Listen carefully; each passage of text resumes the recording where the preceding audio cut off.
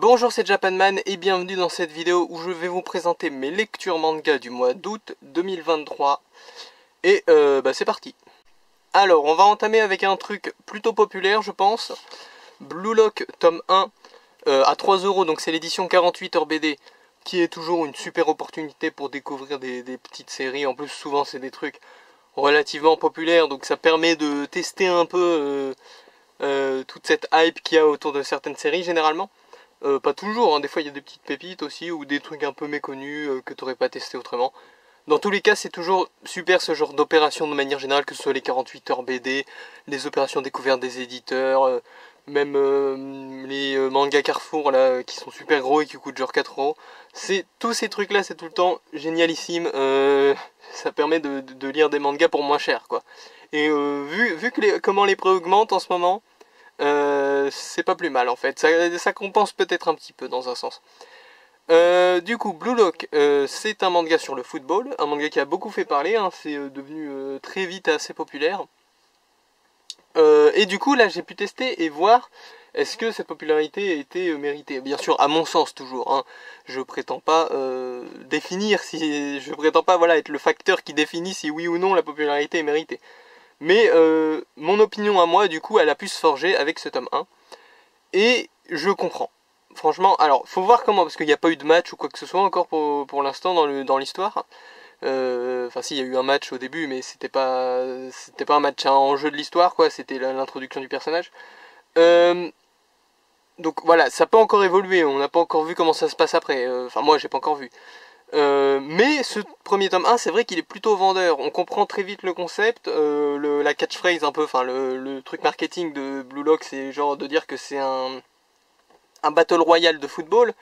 L'idée, c'est à peu près ça, hein, c'est un battle royale de football, c'est-à-dire qu'en fait, pour vous résumer dans les grandes lignes de quoi ça parle, vu que c'est un tome 1, c'est l'histoire d'un gars qui va échouer dans un match de football, je sais plus si c'est une finale ou si c'est un truc important. Et parce qu'il a passé la balle à son camarade au lieu de tirer lui-même. Et du coup, il va se faire sélectionner de justesse parmi 100 joueurs par un coach de foot de l'équipe nationale du Japon, qui est un peu l'équipe junior un peu, hein. C'est pas la grande équipe, mais qui est un peu en mode foufou, quoi. Le gars il veut vraiment que le Japon gagne, et il prépare un programme où en gros c'est 100 joueurs. Et il faut le meilleur, il faut le dingue, quoi. Il faut le gars qui arrive à tous les battre juste parce qu'il est tellement égocentrique que le gars il veut absolument marquer, quoi. Et du coup, pour faire ça, il réunit 100 joueurs et il leur fait passer des épreuves diverses. Et donc c'est ça l'histoire, on suit notre protagoniste, le gars sur la couverture là, et il va essayer de se hisser au sommet en devant a priori peut-être marcher un peu sur les pieds des autres, vu que faut éliminer les autres, quoi, pour être le premier. Donc c'est ça le postulat de base. Et pour l'instant ça rend plutôt efficace. Alors encore une fois, ça peut vraiment changer drastiquement. Je veux dire, des concepts de base qui sont bien et qui sont bien amenés, mais qui peuvent très vite devenir un peu stériles, un peu plats, c'est pas forcément si rare que ça. Donc il y a quand même des attentes variables. Mais pour ce premier tome, moi en tout cas, j'ai trouvé que c'était un bon moment, j'ai bien aimé. Le football, c'est pas mon truc, dans la vraie vie, je veux dire, vous me demandez de citer des joueurs de football, je vous cite des noms au hasard, je sais même pas pour quel pays ils jouent. Mais je pourrais apprécier lire ce manga. C'est un peu la force des mangas quand même, et même des œuvres japonaises de manière générale, dans un sens. Enfin, des œuvres... je me doute qu'il y a des trucs très sérieux et très plan-plan au Japon qui sont faits aussi, hein. Mais ce que je veux dire, c'est les mangas, les animés, les jeux vidéo, tout ça. Une des grandes forces que ça a, c'est vraiment que ça peut prendre un concept et te rendre ce concept intéressant, même quand on a absolument rien à faire. Moi pour tout vous dire, avant Inazuma Eleven, donc qui a aussi un manga, enfin qui a aussi un jeu de foot à la base et un animé et aussi un manga, mais le manga je l'ai pas lu. Avant Inazuma Eleven, j'étais assez clair sur le fait que je n'aimais pas le foot, genre vraiment ça ne m'intéressait pas du tout. Et quand Inazuma Eleven j'ai découvert, j'aimais toujours pas vraiment le foot, enfin c'est pas devenu un truc que j'aime bien par magie, mais Inazuma Eleven, ça j'aime bien, ça m'a passionné, et du coup ça a un peu adouci pareil l'image que j'avais du football. Et ça c'est dingue parce que je me suis pas encore assez plongé, mais c'est un peu pareil dans IQ, c'est un peu pareil pour Kuroko's Basket, c'est un peu pareil pour tout un tas de disciplines auxquelles je ne pense même pas tellement c'est devenu naturel que je les vois dans les mangas.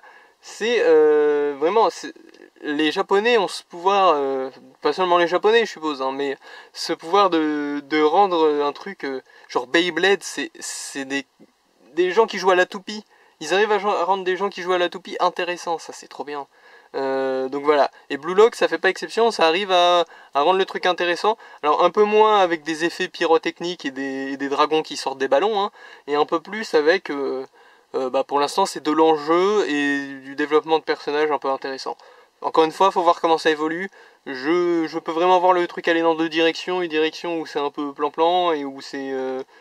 enfin, ça pourrait convenir à certains mais pas à moi, et une direction où ça garde ce petit truc, et là ça peut vraiment devenir intéressant. En fait je pense que c'est les épreuves qu'il faut voir pour savoir où ça va.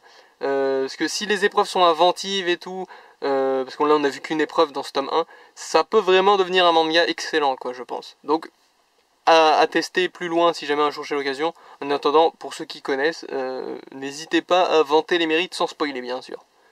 On enchaîne avec My Hero Academia, tome 35 et 36. Donc ce sont tous les deux des tomes plutôt intenses en action et en enjeu. Parce que bien sûr on est encore dans cette phase un peu qui se profile comme une phase un peu d'arc final. Bien que j'ai dit ça genre les 5 tomes précédents aussi et qu'on était vers la fin. Donc c'est pas... Et je crois que le manga n'est toujours pas fini au Japon. Donc en soi, ne me faites pas confiance quand je dis qu'on se rapproche de la fin, parce que généralement j'ai pas tort, mais y a toujours, ça traîne toujours plus en longueur que ce que je prévois. Donc My Hero Academia très cool, là on est dans une phase un peu plus sérieuse, c'est généralement les phases que j'aime le moins j'allais dire, mais pas forcément, c'est les phases où j'ai le plus de mal sur la longueur. Là, ces tomes se sont lus très bien, c'était très sympathique, il y avait de l'enjeu, il y avait du développement de personnages, on apprenait des trucs, c'était très intéressant quand même. En plus, ils font des trucs assez dingues. Je me doute que pour les gens qui, par exemple, regardent l'animé, il y a moyen que les scènes qui soient montrées là soient assez spectaculaires une fois animées, donc il y a de la matière, quoi. Mais voilà, moi j'ai toujours préféré que les mangas soient pas trop sérieux, trop morbide. Enfin, vous voyez, là vraiment, j'ai du mal à... Si tu lis ton tome de My Hero Academia, ton tome 36 ou ton tome 35 ou peut-être le 37, à mon avis, ça ne va pas te faire sourire. Il n'y a pas trop d'espoir dans ces tomes-là. Il y a de la bagarre et après encore de la bagarre. Parce que là, c'est vraiment, je vous dis, c'est mis en place vraiment comme un arc final. Mais il y a toujours moyen qu'il se passe des trucs après et tout ça et tout ça. Donc voilà, My Hero Academia ça avance, toujours très sympathique, mais faut savoir à quoi s'attendre. Voilà. Ensuite on enchaîne avec Eden's Zero tome 25 et 26 je pense, et oui c'était bien le 26. Ça aurait pu être le 24, hein, j'aurais pu les mettre dans le désordre. Du coup, bah ce Eden Zero là, à chaque fois, il y a un truc que j'ai dit très souvent, mais pour le coup c'est pas genre un automatisme, comme quand je vous dis souvent que telle série approche de sa fin, ou que telle série c'est un peu plan-plan. Il y a des trucs que je vous répète souvent sur les mêmes séries. Eden Zero, je vous répète souvent que c'est très audacieux et que ça se permet des choses que par exemple sur Fairy Tail, l'auteur de Hiro Mashima ne serait clairement pas permis. Mais bah c'est vrai, enfin c'est à chaque fois c'est concrètement constaté. Vous voyez, c'est pas juste une impression ou un ressenti global ou une généralisation. C'est vraiment là encore une fois, il s'est passé des choses assez grandioses, on va dire, des trucs qui chamboulent le statu quo. Alors est-ce que ça chamboule de manière irréversible ou quoi que ce soit? Généralement non, il y a toujours des petits twists qui font que oh bah en fait ça va, ça va. Il s'est passé ça, c'était méga grave, méga important et ça change carrément le statu quo. Mais ça va, il y a un peu de voilà, on sauve un peu le truc quand même à la fin. Mais il n'empêche que ça se permet des trucs gigantesques à l'échelle encore une fois du statu quo, de l'univers, de comment fonctionne l'univers même. C'est vraiment, à mon avis, Hiro Mashima il s'est vraiment dit, dans ce manga-là, je me permets tout. Je me permets tous mes gros délires. Vu que c'est un truc de science-fiction, mais science-fiction un peu plus légère, on va dire, que de la science-fiction dure. Bah, il peut vraiment se permettre des trucs genre incroyables, quoi, vu que c'est de la science-fiction, quoi. Il y a des, en fait, j'ai pas envie de spoiler, donc je vais pas rentrer dans les détails, mais il y a des délires. Vous imaginez bien tout ce qui est possible de faire dans un monde de science-fiction un peu libre comme ça, et en plus avec derrière cette démesure des mangas.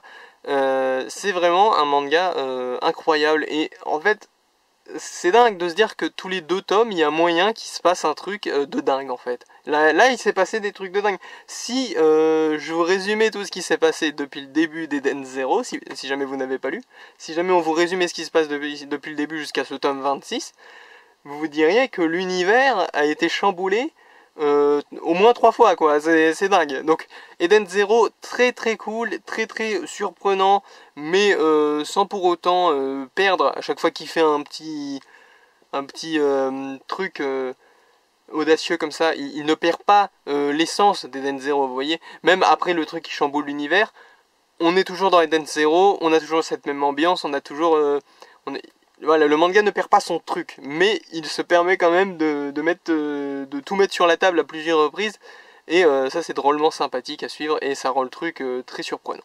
Ensuite, un manga qui m'a été offert pour l'achat de... Bah, normalement c'est pour l'achat de 2 mangas Doki Doki, mais il se trouve que j'ai pu en avoir 2 au lieu d'un seul quand j'ai acheté mes 2 mangas Doki Doki. C'est juste parce que la vendeuse, la vendeuse était sympa. Et du coup voilà. Donc, alors je sais pas, je crois que je viens de dire le titre et je crois que je viens de me tromper. Alors on verra à la vidéo, hein, c'est vous qui savez là. Mais est-ce que j'aurais pas dit par hasard In the Land of Lidl? Parce que c'est ce que j'ai dit dans ma tête pendant très longtemps quand je voyais passer ce manga dans les rayons. Et alors qu'en fait c'est In the Land of Lidl. C'est ou Lidl. Enfin en tout cas c'est pas Lidl. C'est pas le magasin... Parce que là je le prononce comme si c'était le magasin Lidl. Non, c'est vraiment Lidl. C'est donc voilà, truc comme ça. Le A il avait sauté de mon cerveau pendant très longtemps. Jusqu'à ce que j'ai ce manga et que je constate en personne que... mais il y a un A en fait. Donc voilà, In the Land of Lidl.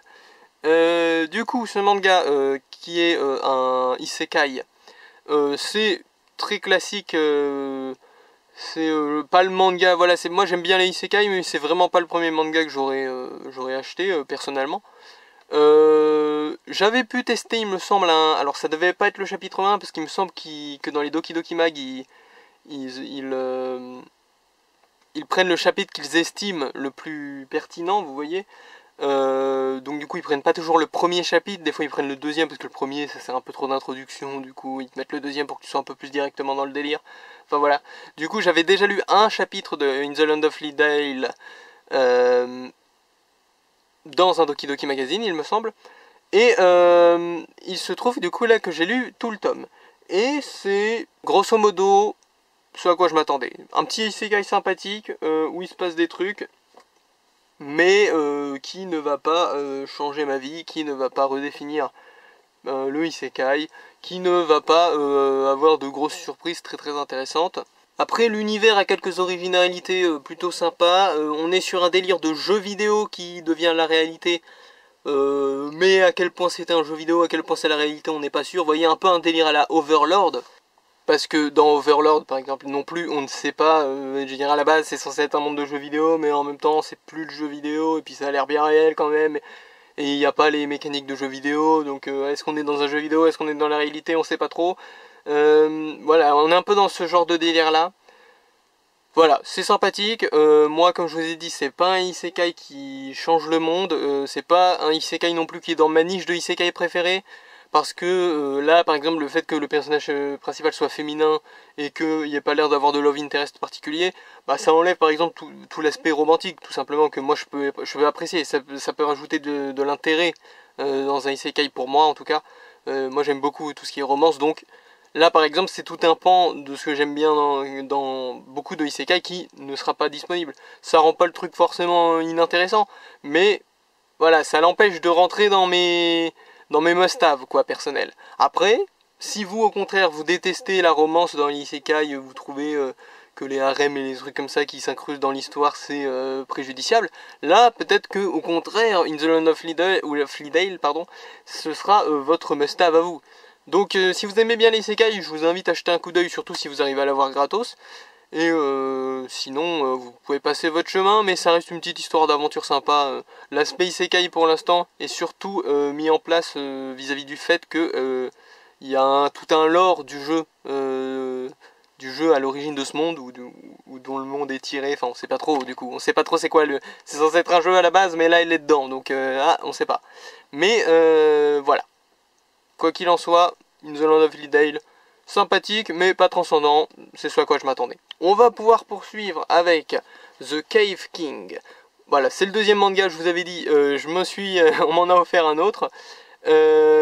Alors, The Cave King, ça c'est une superbe surprise. Pourquoi c'est une superbe surprise? Parce que, déjà je l'ai gratos et tout. Mais j'ai vraiment beaucoup apprécié. Pour le coup, c'est beaucoup plus mon style de isekai. Vous voyez, ça c'est... Si j'avais su que c'était comme ça, c'est un isekai que j'aurais voulu lire ou regarder si un jour il y a un animé, vous voyez. C'est dans mon style, j'aime bien. En plus c'est une sorte de niche de isekai un peu nouvelle, mais que j'aime beaucoup. C'est le isekai où ils construisent un village ou un truc dans le genre. Il y a un autre exemple de ça, mais j'ai oublié le nom, je suis désolé. Si vous l'avez, je vais essayer de mettre une image au montage, je pense. Mais si vous l'avez, n'hésitez pas à écrire le nom dans les commentaires. C'est un isekai où genre il y a un arbre gigantesque au centre d'un village qui devient un village, mais qui à la base est juste un gars qui est isekai en mode agriculteur dans un nouveau monde, et qui construit petit à petit sa petite maison et tout autour d'un arbre, et ça finit par devenir un village parce qu'il recrute des gens et tout. Et là on est un peu dans ce délire de isekai construction. Donc The Cave King, c'est pas avec un arbre, c'est pas ce que je viens de vous raconter, hein. Pour être sûr qu'il n'y ait pas de confusion. The Cave King, c'est un peu le même délire, mais dans une grotte, sur une île où c'est juste un caillou. En fait, c'est le plus petit, le plus jeune des princes d'un pays, qui se fait envoyer pour, grosso modo, s'occuper d'un petit pan de terre, qui en fait est juste un gros caillou au milieu de la mer. Et il va se retrouver là-bas. Pourquoi il est envoyé là-bas alors que c'est un prince? Parce que lui n'a pas, déjà c'est le plus jeune je crois, et en plus lui n'a pas l'emblème magique super classe des mages ou des guerriers ou de je ne sais quoi, qui donne un pouvoir magique. Lui il a un emblème tout nul qui lui a jamais servi à rien. Et sauf qu'une fois qu'il arrive sur ce caillou, il découvre que son emblème tout nul, et ben c'est l'emblème du... alors je sais plus comment ça s'appelle, mais c'est l'emblème grosso modo pour creuser des cavernes. Et du coup, il l'utilise pour creuser des cavernes, et il s'en sort drôlement bien. Il trouve des minerais ultra rares qui donnent des pouvoirs et des trucs comme ça. Et un jour, il y a des orques, je crois, ou des gobelins, je ne sais plus, qui échouent sur son île, et il va donc les sauver, et puis ils vont devenir plus ou moins ses villageois, puis etc. Et grosso modo, la finalité de tout ça, c'est qu'il va développer sans doute un pays ou une ville ou un truc comme ça très très prospère dans cette grotte, et trouver tout un tas de secrets et de trucs de dingue. Et ça c'est le genre d'isekai que j'aime beaucoup en fait. Je trouve ça plein de possibilités, c'est très satisfaisant de voir cette ville grandir et se développer. Là c'est pas encore tout à fait une ville au moment où on est dans l'histoire, encore que. Je suppose que c'est une ville de caverne, mais quoi qu'il en soit, voilà, c'est vraiment une super surprise. Bon ça c'est vraiment un coup de cœur, c'est un des coups de cœur parmi les trucs que j'ai lus ce mois-ci. Après je dis pas que c'est le coup de cœur du mois, attention. Hein, le coup de cœur du mois on verra au moment venu. Mais The Cave King, vraiment super surprise. Bon, si comme moi vous aimez bien les isekai, voilà, comme ça, de construction, de développement, alors ça peut être une ville ou ça peut être autre chose, mais là pour le coup c'est vraiment pile dedans quoi. Vous voyez, c'est un peu la comparaison avec In the Land of Flea dont on a parlé juste avant. C'est là c'est dans ma niche, là c'est dans mes instants classiques quoi, parce que c'est dans mon délire, c'est le genre de truc que j'aime bien. Et du coup, autant In the Land of Flea, si un jour je peux mettre la main sur le tome 2, je vais pas me gêner, mais je suis vraiment pas plus pressé que ça. Autant The Cave King, si jamais un jour il y a une quelconque promo sur le tome 2, vous pouvez être sûr que j'achète direct. Donc vraiment super histoire, The Cave King pour l'instant pour moi, c'est pile dans mon délire. Et en parlant de bonnes surprises, voici le quotidien d'une épée maudite. Alors, c'est un manga Manabooks, Mana Books qui fait une opération en ce moment, depuis le début d'année je dirais, même voir la fin de l'année dernière, je sais plus, c'est une opération anniversaire où dans certains tomes bien précis ils mettent des cartes. Et moi je me suis dit, tiens je vais faire la collection des cartes, vu que c'est seulement sur certaines séries bien précises et tout, contrairement à Noé Graphics où c'était sur toutes les séries, du coup faire la collection devenait très vite impossible. Voilà, là je me suis dit je vais faire la collecte, et pour faire la collecte, bah fallait que j'achète des séries que je n'ai pas l'habitude d'acheter ou que je n'avais pas prévu d'acheter. En l'occurrence, le quotidien d'une épée maudite fait partie de ces séries. Et c'est également une très bonne surprise, le quotidien d'une épée maudite, c'est génial. Alors, en quoi ça consiste? Globalement, c'est l'histoire d'une fillette, elle. D'ailleurs, je sais pas vous, j'avais pas capté que c'était une fillette, vu que c'est un style un peu réaliste et tout, pour les dessins de la couverture et même à l'intérieur. J'avais pas capté que c'était une fillette là, je pensais qu'elle était adulte. Vous trouvez pas? En tout cas, voilà, c'est une fillette, donc elle a vraiment genre 11 ans, je sais pas. Bah c'est aussi peut-être à cause de la perspective vis-à-vis de celle qui est à côté. Mais c'est une fillette de 11 ans, de 10 ans, enfin je sais plus. Et elle va tomber sur cette épée maudite très bizarre et potentiellement très dangereuse. Et il y a en gros son grand frère qui fait tout pour la protéger et pour subvenir à ses besoins. Qui va essayer de la séparer de cette épée maudite. Sauf que cette épée maudite, elle est un peu spéciale. Et il s'avère que elle est sentiente, on va dire. Et elle peut même se faire pousser des petites jambes et des petits bras et se balader. Et en gros, c'est l'histoire, c'est une histoire comique sur une famille donc un grand frère et sa petite sœur qui vont accueillir une épée maudite qui est très fantasque, qui est très amusante dans ses interactions et qui bien sûr est ultra surpuissante à un niveau jamais vu quoi. Et du coup, c'est une histoire vraiment intéressante, vraiment sympa. En plus le style graphique, je vous l'ai dit tout à l'heure en vous parlant de la petite fille là, mais c'est un style très réaliste, très en volume, très en rondeur. Je sais pas comment expliquer concrètement. Je vous montre quelques pages en vrac, hein, si vous lisez pas les bulles, ça devrait pas vous spoiler plus que ça. C'est un style très particulier mais que j'aime bien, j'aime beaucoup. Et du coup on est sur une histoire comique, très drôle, très sympathique, avec un style bien à elle. Franchement c'est un plaisir, c'est vraiment une super surprise, vraiment. Je m'attendais pas à ce que ce soit aussi bien. Alors après, avec ce genre de séries fantastiques, on se demande souvent est-ce que c'est un isekai, est-ce que c'est juste du fantastique tout court? C'est du fantastique tout court, mais il y a quand même cette dimension un peu notre monde, parce que comme vous le voyez, elle a un smartphone dans la main. En fait c'est un monde un peu à la Onward, je sais plus comment ça s'appelle en français, en avant, le film, vous voyez le film, je sais plus si c'est Disney ou Pixar. Le concept de ce film, Onward, c'était qu'il y avait c'était un monde de contes de fées, tout ça, mais où le temps avait avancé jusqu'au présent, quoi. Du coup, il y avait des licornes qui mangeaient dans les poubelles, ou je sais plus ce qu'il y avait d'autre. Enfin voilà, je n'ai pas vu le film, quoi, mais vous voyez ce concept un peu c'est le monde fantastique, mais un peu dans notre présent. Et là c'est un peu le délire, c'est-à-dire que ils sont toujours dans des villages, il y a toujours des rois démons, des épées maudites, tout ça. Mais il y a aussi des émissions de télé, des smartphones, des ordinateurs, des trucs comme ça. Et du coup c'est le présent, mais d'un monde fantastique. Ce qui voilà est une prémisse comme une autre. Ça fait un peu bizarre au début parce que il y a ce côté ça reste quand même très archaïque, les villages et tout, c'est vraiment des maisons du Moyen-Âge et tout. Et à côté, t'as les smartphones et tout ça. Donc il y a un peu un côté dissonant au tout début, mais on s'y fait assez vite, en vrai ça fait plutôt sens. Donc le quotidien d'une épée maudite, vraiment super série, super surprise. Et je suis vraiment content pour le coup. Là c'est un des bons côtés d'avoir fait cette collection de cartes là, parce qu'il y a des trucs que j'ai acheté, du coup je peux même pas lire parce que j'ai pas les tomes d'avant. Mais ça pour le coup c'est une des bonnes surprises, une des bonnes conséquences d'avoir démarré cette collection de cartes. Et je suis vraiment content d'être tombé là-dessus. Bon, par contre, on a eu la bonne surprise, on va avoir la petite déception. Alors c'est assez rare que je dise du mal d'un manga, enfin que je dise quelque chose de négatif en tout cas, ça m'arrivait vraiment assez rarement. Je suis plutôt du genre à vous conseiller absolument tout ce que je vous montre, parce que j'ai un bon instinct et que j'achète surtout des trucs qui vont plaire, hein, concrètement. Mais je dois vous avouer que Villageois level 999, c'est pour moi une déception. Alors, je veux pas lui cracher dessus non plus, hein, mais c'est une déception sincère. Alors, déjà, en voyant les couvertures, tout ça, je pense que ça attend à peu près tous à une sorte de isekai où le gars va devenir méga craqué et apparemment il va avoir une relation un peu de paternelle presque avec une petite fille vu qu'elle est sur les deux couvertures. Le truc c'est que c'est vraiment pas une œuvre très intéressante en fait.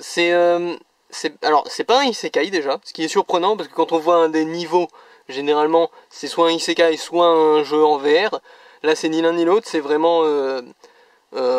c'est censé être un monde réel quoi, juste il y a une logique de jeu vidéo parce que ce qui peut être fait dans certains cas, mais je trouve qu'il faut faire très attention avec ça, de mettre la logique de jeu vidéo dans un monde très réel qui ne soit pas une version devenue réelle d'un jeu vidéo ou quoi que ce soit. Ça c'est assez risqué. Voilà, c'est même pas un isekai, vous voyez, donc il n'y a même pas la comparaison de monde réel où il n'y a pas de niveaux et monde fantastique où il y a des niveaux parce que c'est un autre monde. Là c'est vraiment juste, il y a juste des niveaux. Encore une fois, ça peut passer, on peut partir du principe que ça fait partie des règles de l'univers et que c'est pas... voilà, c'est comme ça, ok, on nous le présente dès le début, mais ça fait toujours très dissonant, je trouve. En tout cas, l'histoire est pas très intéressante, en fait elle est très basique, je trouve, elle est très... Je sais pas comment expliquer ça. Il y a vraiment ce feeling que ça pourrait être un manga amateur quand tu le lis. Et en plus de ça, les dessins sont pas spécialement... Bon alors, ouais, mes souvenirs sont un peu injustes. Les dessins sont loin d'être moches, hein, faut pas, voilà. Mais ils ont rien de spécial. Ce manga est très banal en fait, mais très banal dans le sens, c'est la manière dont avance le scénario paraît vraiment artificiel en fait. C'est voilà cette idée encore une fois de, on dirait un manga amateur. Je sais pas si, alors ça, voilà, c'est assez méchant hein, dit comme ça, mais je vous assure, je veux pas descendre ce manga. J'étais pas outré quand je l'ai lu, j'étais pas dégoûté, mais ça rend le truc assez fade, ça rend le truc assez plan-plan, c'était pas super agréable à suivre, et en plus les couvertures qui sont plutôt bien dessinées, plutôt dynamiques, et qui laissent entendre des relations entre personnages plutôt attachantes, hein. Moi j'aime beaucoup tout ce qui est relations un peu paternelles avec une petite fille là en l'occurrence, ça c'est le genre de truc qui me touche facilement, ça aurait pu vraiment être une histoire que je suis avec plaisir. Mais je trouve ça un peu artificiel, je trouve ça un peu... Ça ressemble à un manga amateur, c'est tout ce que j'arrive à en tirer. Voilà, donc c'est pas horrible. Si vous aimez bien toutes les histoires fantastiques, c'est peut-être que c'est un biais de ma part que j'ignore et que vous allez trouver l'histoire tout à fait correcte. Mais en ce qui me concerne, c'est vraiment un des moins intéressants mangas de fantasy que j'ai pu lire. Voilà, on est sur... Moi ça me dérange pas, le problème c'est pas tous les tropes de manga fantastique et de isekai et de trucs comme ça, hein. Moi je suis très friand de ça et je suis même un défenseur du fait que c'est pas parce que on voit ça partout que les différences n'existent pas, vous voyez. Moi je suis partisan, je suis partisan de dire que non, tous les isekai ne se ressemblent pas, non tous les mangas fantastiques ou tous les mangas qui se passent dans un jeu vidéo, etc. ne se ressemblent pas. Même ceux qui ont beaucoup de ressemblances ne sont pas les mêmes. Ouais, voilà, moi je suis un partisan de ça. Donc c'est pas ça qui me dérange, hein, que ce soit bien clair. Je suis pas en train de dire oh c'est un isekai lambda machin. Enfin c'est même pas un isekai pour le coup, je vous l'ai déjà dit. Mais c'est pas ce que je suis en train de dire. C'est vraiment la façon dont c'est raconté. Et fade. C'est tout ce que j'en retire. Alors après, encore une fois, mon opinion, hein, je me doute qu'il y a bien une personne qui va tomber sur ces deux qui est méga fan de Villageois à level 99 pour je ne sais quelle raison. Quoi qu'il en soit, manga un peu moyen, c'est même une déception en ce qui me concerne parce que vu que cette couverture et ce titre, j'avais des attentes raisonnables. Et je trouve qu'elles n'ont pas été trop atteintes. Donc c'est dommage, mais écoutez, c'était pour les cartes hein, que je l'ai acheté à la base, donc c'est pour ça que je l'ai mis juste après le quotidien d'une épée maudite, et on est sur quand même beaucoup, voilà, une assez grande déception, en comparaison surtout, en comparaison. Alors je sais plus lequel j'ai lu en premier, mais ça a rendu le quotidien d'une épée maudite dans tous les cas d'autant plus admirable. J'étais d'autant plus content avec le quotidien d'une épée maudite que Villageois avec 99 m'a laissé... vide de sens quoi, je savais pas quoi en tirer de ce manga.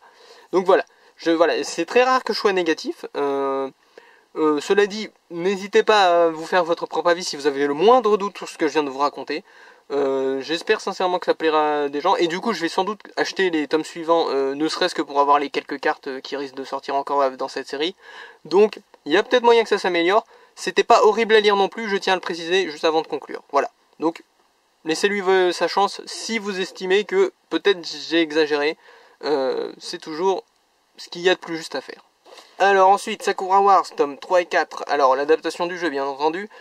Toujours une histoire de cartes vu que c'est toujours du Mana Books, mais je suis plus sûr, mais je crois que j'avais commencé à acheter le manga avant qu'ils mettent des cartes. Juste parce que Sakura Wars, quoi, ça m'a toujours intéressé de loin depuis que je connais grâce à Projet Cross Zone. Enfin, je connaissais vite fait de nom avant, je pense, mais là que je me suis concrètement intéressé, c'était à partir de Projet Cross Zone parce que il y a des personnages de Sakura Wars dans le jeu. Et Sakura Wars, c'est un manga plutôt sympa, quoi. On suit l'histoire du jeu tranquillement. Alors j'avais fait des réflexions dans les tomes précédents que c'est une série où pour l'instant ça se sentait pas du tout que ça venait d'un jeu vidéo, tellement l'histoire était fluide, etc. Là ça se sent peut-être un peu plus, ce côté ils vont quelque part, ils combattent un boss, ils reviennent, et il y a la petite histoire d'un personnage qui coïncide avec cet affrontement. Voilà, ça se sent un petit peu plus peut-être, mais est-ce que c'est pas parce que je suis parti sur cet axe-là au début que je me suis fait cette réflexion maintenant? C'est pas impossible. Quoi qu'il en soit, le manga est très correct, quoi. Il se lit en lui-même, l'histoire est très sympathique. Je suis vraiment content de pouvoir découvrir cet univers par ce biais. J'ai déjà fait énormément de compléments manga dans les vidéos précédentes, donc je vais pas mettre encore plus d'emphase là-dessus. Je vais simplement vous dire que si Sakura Wars ça vous intéresse de près ou de loin, vous pouvez carrément passer par le manga. En tout cas, moi ça ne me pose aucun problème pour le moment. Ensuite, GTO Paradise Lost, tome 19. Alors qui pour moi de plus en plus se sent comme un climax de GTO. Je vois vraiment mal comment on pourrait faire mieux, enfin mieux, plus épique, voilà, il y a vraiment du danger, il y a de l'enjeu. Pour le coup, ça sent vraiment le chapitre final de la saga GTO pour moi. D'autant qu'il y a des développements dans le personnage d'Onizuka qui rendent le truc assez conclusif. Même si pour l'instant il s'est rien passé de dingue qui empêcherait une nouvelle série GTO, mais je sens vraiment cette volonté de climax. Après j'ai pas lu tous les spin-offs de GTO, donc peut-être que c'est aussi le cas dans les autres spin-offs, que juste ils aiment bien faire les choses en grand, mais j'ai vraiment ce sentiment que GTO arrive à son terme logique, quoi. Donc là c'est ouvert à beaucoup de possibilités, mais quoi qu'il en soit, y a de l'enjeu et on n'est pas prêt de s'ennuyer, quoi. Donc on va voir ce qu'il adviendra. Je vais pas spoiler, hein, on est au tome 19, ce serait bizarre de vous raconter ce qui se passe, mais GTO toujours au niveau. Si vous avez vu l'animé il y a 20 ans et que vous vous demandez est-ce que GTO c'est toujours bien, vous en faites pas, c'est toujours super cool.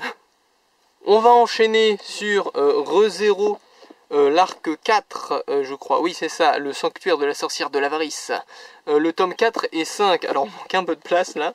Hop, je vais dézoomer. Voilà.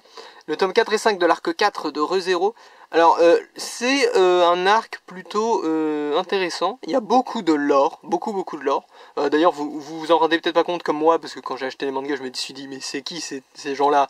Eh ben justement c'est du lore, c'est des gens du lore, et le monde de ReZero devient vraiment de plus en plus défini, et on a des trucs quand même assez balèzes dans ce monde là. Il y a du gros lore en fait, il y a des trucs, je vais pas en dire plus que lapin, les gens qui savent, mais lapin quoi, c'est dingue, je m'attendais pas à ça. Le monde de ReZero est vraiment méga dangereux en fait.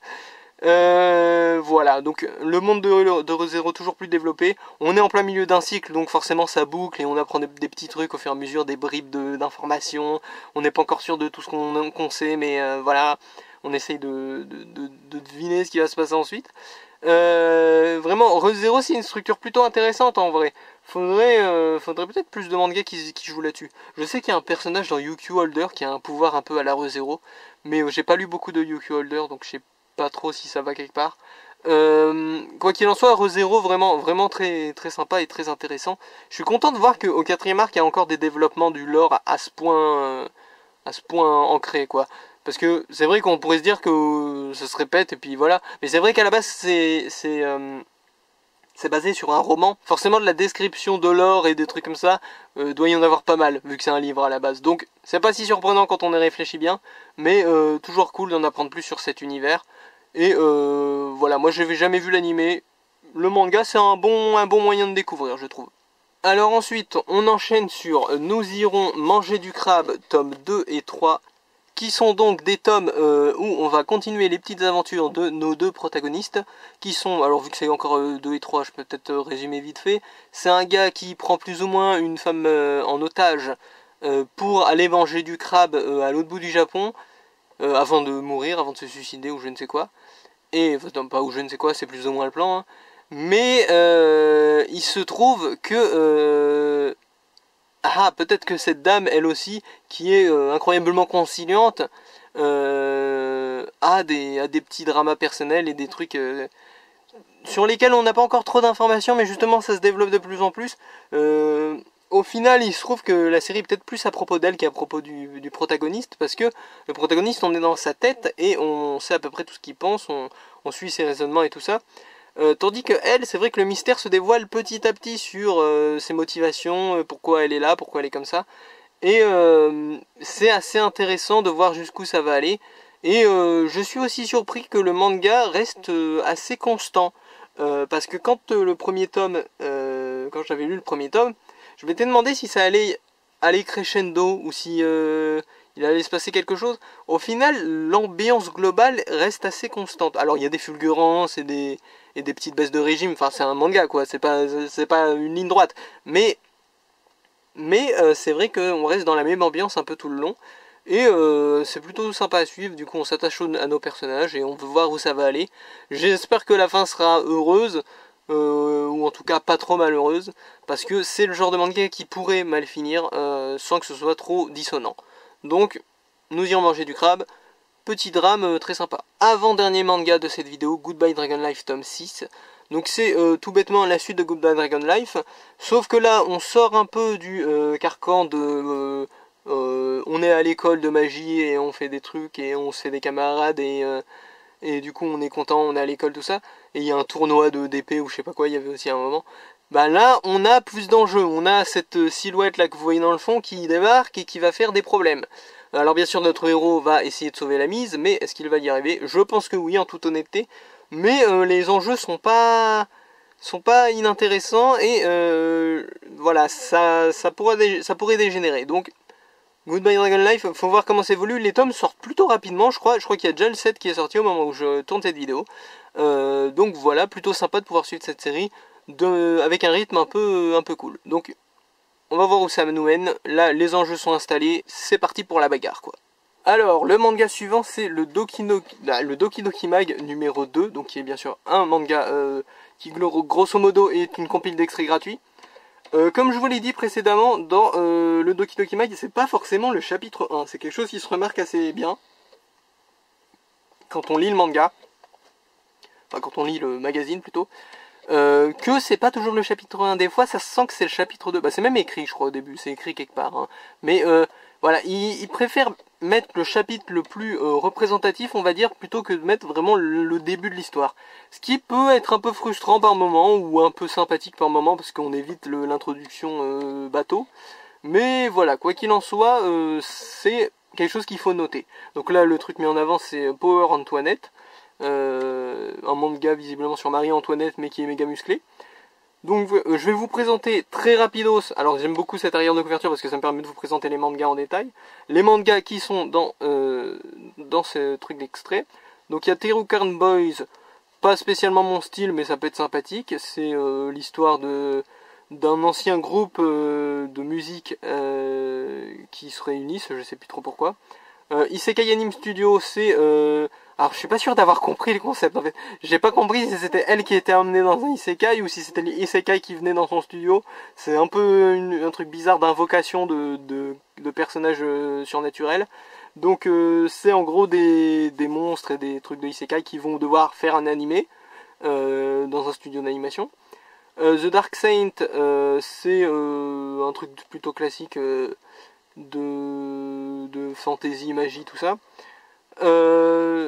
Play It Cool Guys, ça c'est un truc un peu humoristique sur des gars qui sont maladroits mais qui du coup font genre c'est fait exprès. Ça peut être rigolo ça. Je sais plus s'il y a un animé qui est prévu ou qui est sorti. Ça peut être rigolo. Alors Chat des rues, c'est un truc avec un chat, c'est assez classique. Comment ça s'appelle ça? Je vois pas bien à la caméra, désolé. Hop, Conqueror of the Dying Kingdom. Ça peut être sympa, mais je sais pas si ce sera dans mon délire. Je me demande à quel point le délire des oiseaux sera accentué. Ça peut jouer sur à quel point j'apprécie. Power Antoinette, c'est ce dont je vous ai parlé avec la couverture. Ce manga-là, avec un chat géant, ça s'appelle Le Gros Chat et la Sorcière Grincheuse. Ça peut être un peu assez sympathique, surtout un truc mignon à mon avis. Et celui-ci, c'est un truc d'exorciste, je crois. Miyabichi no Omiyoji. Ouais, c'est un truc du genre d'exorciste et de trucs comme ça. C'est... je sais pas trop quoi en penser, à vrai dire. Donc voilà, c'est une petite compile, c'est plutôt sympa, il y a des interviews, il y a des chapitres de manga, et vraiment cette production value du fait d'avoir un vrai magazine concret avec des vraies pages cartonnées, quoi. Enfin cartonnées, à un certain point, faut pas exagérer non plus, mais c'est voilà une série sympathique et une série de magazines, quoi. C'est un bon moyen. Je préfère ça aux extraits tout floppy et tout et un peu nul qu'on a dans les magasins, dans les librairies. Vraiment, ce genre de truc pour moi c'est l'avenir, et je suis content de voir que non seulement Glénat avait commencé, ensuite il y a eu Doki Doki qui a fait la même, et il y a aussi Ankama, j'ai découvert récemment, qui a fait ça. Vous le verrez peut-être dans une prochaine lecture du mois. Donc vraiment génial, je suis fan de ce genre de format.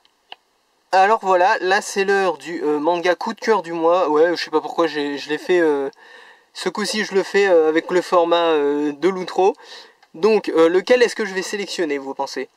Je décide en direct là. Donc voyons voir, il y a quoi? Ah, je suis un peu obligé de choisir une de mes bonnes surprises. Hop, voilà. Hop. Donc ça va être soit Le quotidien d'une épée maudite, soit The Cave King. Alors, je pourrais débattre dans ma tête pendant des heures, mais on va être pragmatique, vous savez quoi. On va dire que, sachant que The Cave King, c'est probablement le seul tome qu'on verra avant longtemps, parce que bah, j'ai pas non plus forcément les moyens de m'acheter toute la série maintenant. Tandis que Le quotidien d'une épée maudite, vu que c'est une série en cours et qu'en plus je collectionne toujours les cartes, il y a moyen que on revoie un tome plus tard dans ces vidéos. On va voilà, être pragmatique et donner le coup de cœur du mois à The Cave King. Pour rappel, s'il y a des nouveaux, le manga coup de cœur du mois, c'est celui qui, grosso modo, gagne la vidéo. Alors c'est symbolique, hein, puis c'est pas toujours très facile de décider. Comme là, j'ai dû faire un peu une décision pragmatique. Mais voilà, le manga coup de cœur du mois, celui qui a gagné cette vidéo, c'est The Cave King. Vraiment super bonne surprise pour moi. Donc maintenant on passe à l'outro. Oui, bah, j'ai gardé le même format, donc on voit pas trop la différence, c'était un peu bête de ma part. Quoi qu'il en soit, qu'est-ce qu'on peut tirer de cette vidéo vite fait en bilan? Collectionner les cartes les cartes Manabook, ça a ses avantages et ses désavantages. On l'a bien constaté ici avec une excellente surprise que j'aurais probablement pas acheté, ou en tout cas pas tout de suite, sans les cartes. Et juste en dessous, une mauvaise surprise, enfin une petite déception, quoi, parce que j'avais des attentes que j'estime raisonnables sur ce manga, qui pour moi n'ont pas été...